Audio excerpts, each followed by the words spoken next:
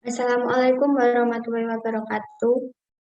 Pertama-tama marilah kita panjatkan puji syukur kehadirat Allah Subhanahu wa taala.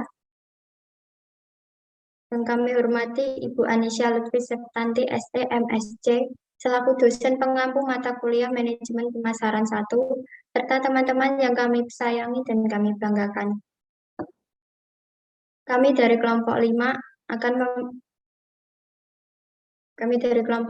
yang beranggotakan 4 orang, yaitu saya, Afroka Elvanur selaku moderator, Ika Retno Wulandari, Muhammad Noval Rizkiawan, Muhammad Putra Iksanuddin. Kami di sini akan mempresentasikan tentang strategi pemasaran berbasis nilai pelanggan. Ada segmentation, targeting, positioning, dan differentiation. Strategi pemasaran yang pertama yaitu segmentasi pasar. Segmentasi pasar yaitu inovasi membagi pasar menjadi kelompok pembeli yang berbeda, serta dapat memiliki suatu kebutuhan, karakteristik, atau perilaku yang berbeda, dan mungkin memerlukan strategi atau bauran pemasaran yang terpisah. Bisa dikatakan, melalui segmentasi pasar, perusahaan dapat mengetahui target konsumen mana yang tepat untuk bisnisnya. Segmentasi pasar memiliki metode dan variabel. Yang pertama, demografis. Variabelnya usia, gender, ukuran keluarga, tahap siklus hidup keluarga, pendapatan, pendidikan, pekerjaan, agama, ras, atau kebangsaan. Yang kedua, geografis. Variabelnya yaitu daerah, ukuran populasi, kepadatan, dan iklim. Yang ketiga, behavioristis. Variabelnya manfaat-manfaat yang dicari, penggunaan volume, loyalitas produk. Yang terakhir, psikografis. Variabelnya gaya hidup dan kepribadian. Yang kedua, penargetan pasar. Sebuah kelompok konsumen yang menjadi sasaran pendekatan perusahaan agar mau membeli produk yang dipasarkannya. Target pasar juga dapat diartikan sebagai sekelompok pembeli yang memiliki sifat-sifat sama yang membuat pasar berdiri sendiri. Untuk menentukan target pasar, perusahaan harus menilai secara hati-hati segmen mana yang akan dimasuki dan berapa ukuran segmennya. Bagaimana mendefinisikan target market untuk bisnis Anda? Buat target yang spesifik berdasarkan faktor demografi. Menentukan target pasar tidak hanya mendeskripsikan siapa yang butuh produk dan layanan Anda, namun penting juga untuk tahu siapa yang akan membelinya.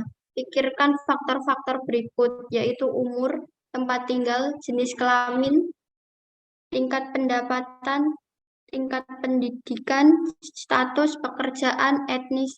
Pikiran target Anda berdasarkan psikografi. Psikografi lebih ke arah karakteristik seseorang, data diri, kebiasaan, penilaian hobi, gaya hidup, dan kebiasaan. Selanjutnya akan dipresentasikan oleh teman saya. Yang ketiga ada positioning pasar produk. Positioning adalah persepsi yang ditempati suatu produk dalam suatu pasar. Bagaimana konsumen memandang produk tersebut dan bagaimana mereka membandingkannya dengan produk pesaing. Berikut ini ada gambar positioning mapping, bisa dilihat next slide.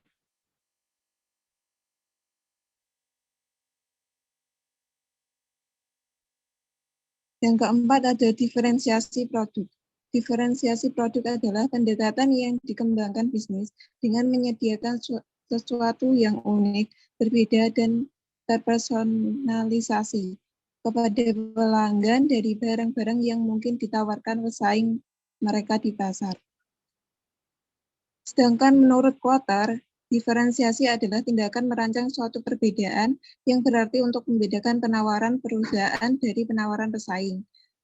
Untuk definisi lain, diferensiasi produk adalah membedakan produk utama berdasarkan keistimewaan, kinerja, kesesuaian, daya tahan, keandalan, kemudahan untuk diperbaiki, gaya dan rancangan produk atau desain. Selanjutnya akan disampaikan oleh teman-teman saya.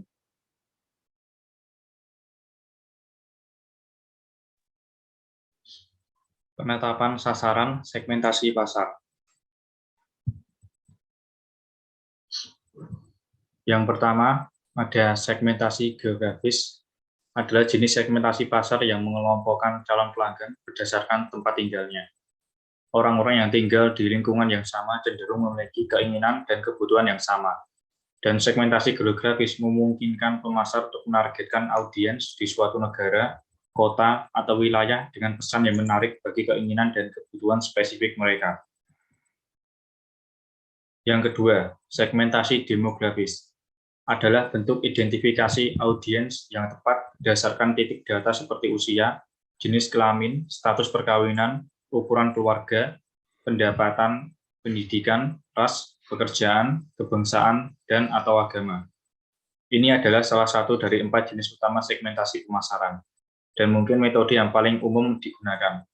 Alih-alih menjangkau seluruh pasar atau basis pelanggan yang luas, mereka menggunakan metode ini untuk berbicara langsung ke subset pasar yang ditentukan.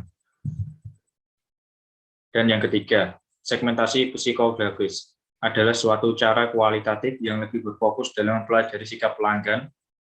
Cara ini memanfaatkan karakter psikologis manusia seperti keinginan, nilai ketertarikan, tujuan, dan pilihan gaya hidup untuk dijadikan sebagai parameter segmentasi.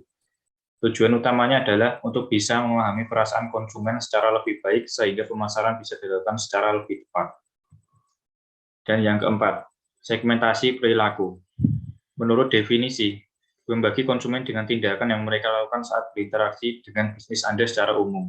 Ini mencakup data variabel berdasarkan kriteria seperti status pengguna, tingkat penggunaan layanan, kecenderungan, dan lain-lain. Strategi pemasaran karakteristik memiliki perilaku lanjutan dapat mencakup data psikografis yang diperoleh dari saluran lain, misalnya minat, hidup, hobi, ciri kepribadian. Dan selanjutnya akan dilanjutkan oleh teman saya.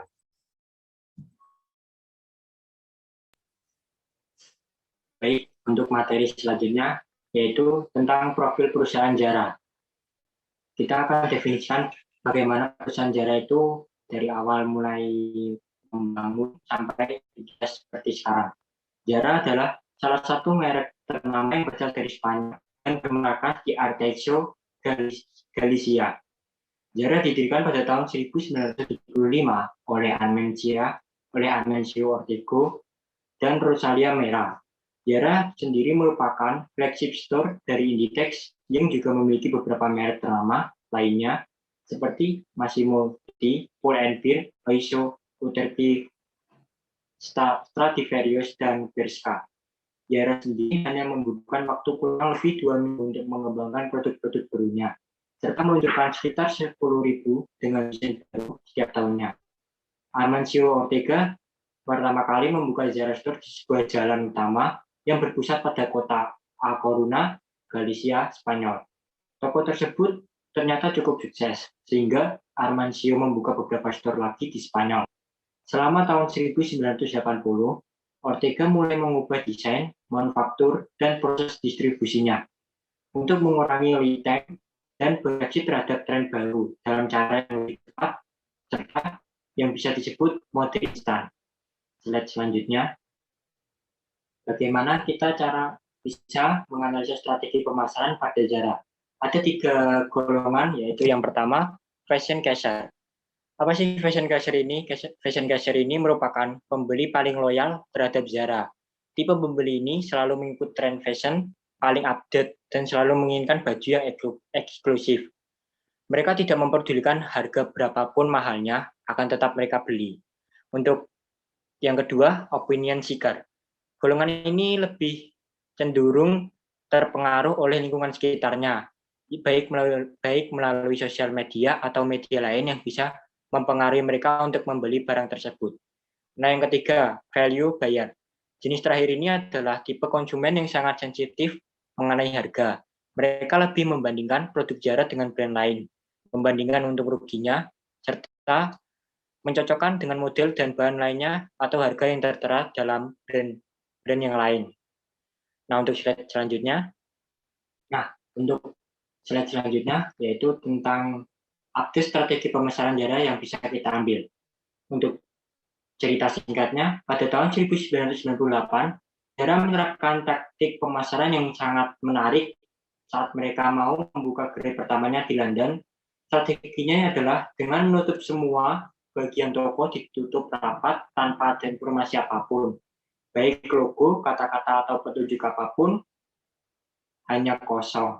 Sehingga banyak sekali memancing rasa penasaran orang yang lewat di situ. Banyak sekali pejalan kaki yang lewat begitu ingin tahunya kenapa toko tersebut tutup yang tidak seperti biasanya ramai, luar biasa sekali. Ketika toko Zara London dibuka, pengunjung sangatlah banyak, melimpah ruah, dan inilah salah satu strategi yang berhasil. Rahasia mereka yang bernama fashion, yaitu sebuah sistem yang mengadopsi teknologi, di mana pergantian model dengan sangat begitu cepat dibandingkan kompetitor pada umumnya, sehingga konsumen terdorong terus untuk mengikuti tren dengan model terbaru. Dan para pengguna Zara di seluruh dunia pun sadar jika mereka menunda untuk membeli baju yang mereka inginkan, maka mereka akan kehilangan kesempatan untuk mendapatkannya. Karena Zara pada saat itu juga memiliki sistem dengan tidak memajang satu produk model dalam kurun waktu yang tidak begitu lama. Untuk selanjutnya saya kembalikan kepada moderator.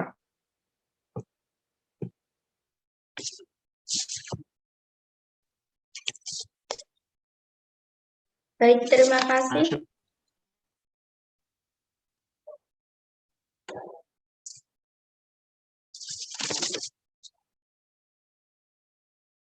Selesai sudah presentasi kita pada hari ini, seperti hubungan kamu dan dia yang telah selesai dapat pernah dimulai. Untuk sesi selanjutnya, sesi tanya jawab dan akan berlangsung di Sunan. Untuk pereview bisa langsung saja memberikan pertanyaan dengan ketentuan waktu yang disediakan. Sekian presentasi dari kelompok kami. Assalamualaikum warahmatullahi wabarakatuh.